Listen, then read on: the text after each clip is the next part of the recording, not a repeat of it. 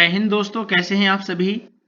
तो चलिए दोस्तों स्टार्ट करते हैं हिस्ट्री स्पेशल क्लास नंबर, ये 8 नंबर वाली क्लास है और इसमें आज हम पढ़ेंगे मौर्य साम्राज्य। ठीक है, तो देख लेते हैं एक बार क्वेश्चन नंबर 1।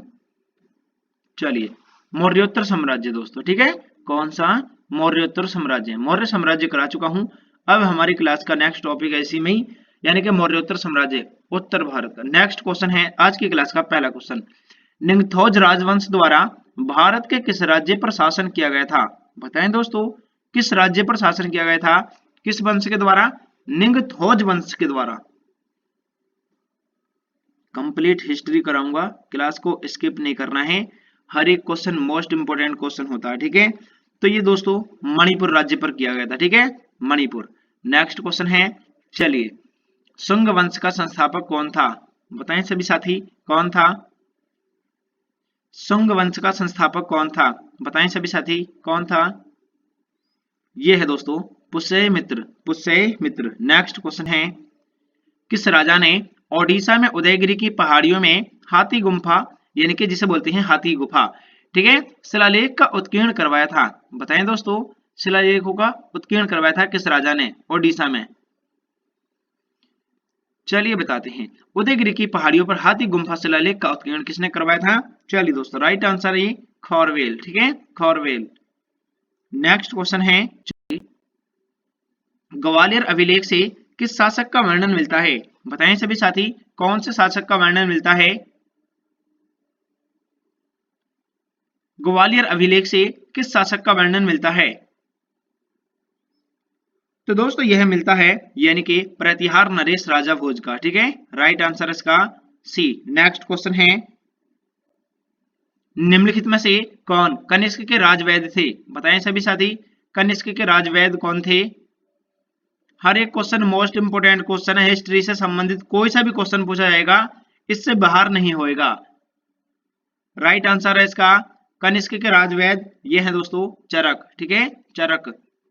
निम्नलिखित में से कौन सा शासक कुषाण वंश से था। कुषाण वंश से कौन सा शासक था। चलिए दोस्तों, राइट आंसर इसका कुजुल कड़फिसेस प्रथम। ठीक है, राइट आंसर इसका कुजुल कड़फिसेस प्रथम। नेक्स्ट क्वेश्चन है, कुषाण शासक कनिष्क के संबंध में गलत कथन कौन सा है। तो कनिष्क के बारे में बताना है, इसमें से कौन सा कथन गलत है। ठीक है, चलिए दोस्तों देख लेते हैं गलत कथन इसमें से कौन सा हो सकता है। चलिए, चरक कनिष्क के समकालीन थे, बिल्कुल सही। हुविस्का कनिष्क की उत्तराधिकारी थी।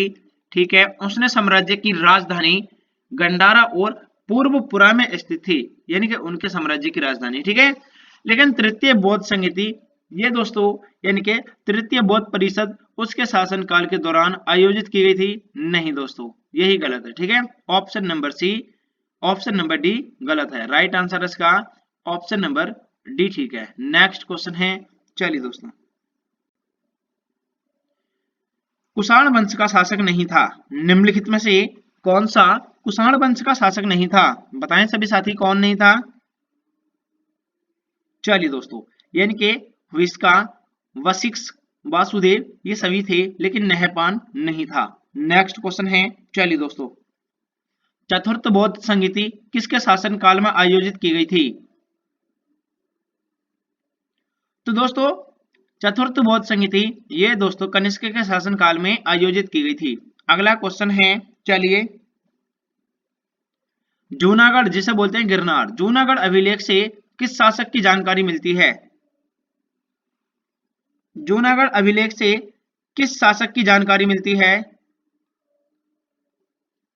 यह मिलती है दोस्तों रुद्रदामन की। ठीक है, रुद्रदामन। नेक्स्ट क्वेश्चन है, निम्नलिखित में से किस राजा में, सॉरी यहां पर बात की गई थी निम्नलिखित में से किस राज्य में। ठीक है, गौट्टीप्रॉल, गौट्टीप्रॉल नामक पुरातात्विक स्थल है, स्थित है। ठीक है, स्थल स्थित है जो एक प्राचीन काल के समुद्री व्यापार केंद्र का प्रमाण प्रदान करता है।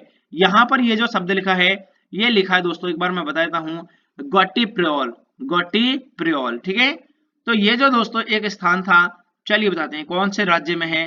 राइट आंसर है इसका यानी कि आंध्र प्रदेश। नेक्स्ट क्वेश्चन है, चलिए, निम्नलिखित शासकों में से किसके लिए एका ब्राह्मण प्रयुक्त हुआ है? बताएं दोस्तों, एका ब्राह्मण का संबंध किसके लिए है? राइट आंसर इसका गौतमी पुत्र सातकर्णी। नेक्स्ट क्वेश्चन है, विक्रम संवत कब आरंभ हुआ था? विक्रम संवत कब आरंभ हुआ था?